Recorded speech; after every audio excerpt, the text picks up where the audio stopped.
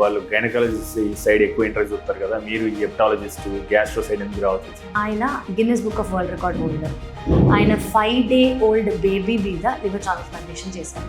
So నా healthy gut health కోసం ఏం చేస్తే బాగుంటుంది, ఎలాంటి ఆహారాలు తీసుకోవాలి? యాసిడ్ ఎక్కువ ప్రొడ్యూస్ చేసే ఫుడ్ మనం అవాయిడ్ చేస్తే బెటర్.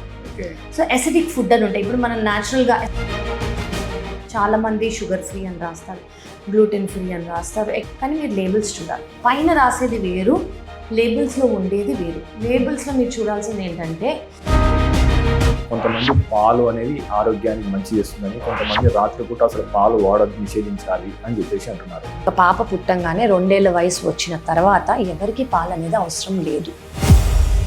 పాలు బేసిక్గా ఎందుకు తీసుకుంటామంటే, సో మిల్క్ మీరు ఎప్పుడు తీసుకోవాలంటే మనం బ్రేక్ఫాస్ట్గా ఎలాంటి ఆహారాలు తీసుకోవాలి, ఎలాంటి ఆహారాలు తీసుకోవద్దంటే ఏం చెప్తారు? ఎంటీ స్టమక్లో coffee tea is not advise. Second thing, start your day with బేసిక్గా మనం తినేది ఎప్పుడు మనకు ఆకలేసి కాదు.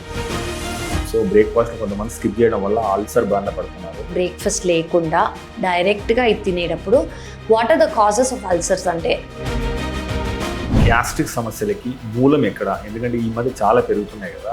ఎందుకు గ్యాస్ట్రిక్ ప్రాబ్లమ్స్ ఇంక్రీజ్ అవుతున్నాయంటే, 1, ఆఫ్టర్ కరోనా తర్వాత హిప్ సర్జరీస్ బాగా పెరిగినాయి, గుండె పోట్లు కూడా పెరిగినాయి. సో అట్లనే అంటే మీ విభాగంలో కరోనాతో డైరెక్ట్ ఇంపాక్ట్ అయినా ఏమైనా ఉన్నాయా?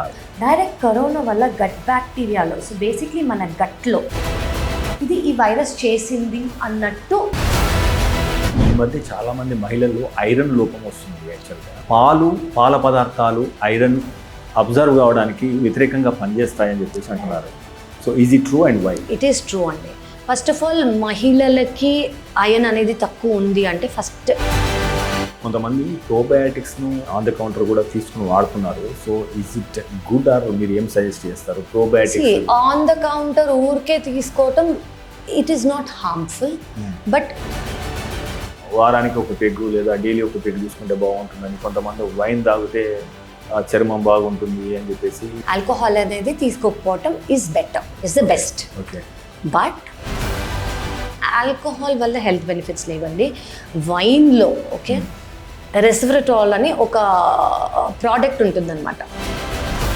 సాధారణంగా లివర్ పాడవుతుంది అని చెప్పడానికి మనకున్న సంకేతాలు ఏంటి? పర్మనెంట్ లివర్ డ్యామేజ్ ఎర్లీ స్టేజెస్లో కూడా చాలా మందికి సిమ్టమ్స్ ఉండవు. వాళ్ళకు అనిపించే ఫస్ట్ సిమ్టమ్ ఏంటంటే,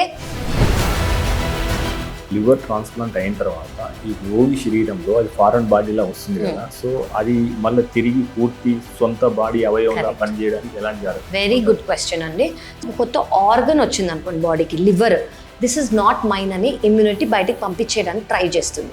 సో ఈ ఇమ్యూనిటీని సప్రెస్ చేయడానికి తిరిగి అయినా మద్యపానం తీసుకొని తిరిగి అది ఖరాబ్ అయ్యే పరిస్థితిలో ఉందనుకో. 100% అండి. Very important question. 6 నెలలు వాళ్ళు ఆల్కహాల్ మానేసాకే, ఇప్పుడు జనరలీ చాలా మంది తాగొద్దు అని అనుకుంటారు, కానీ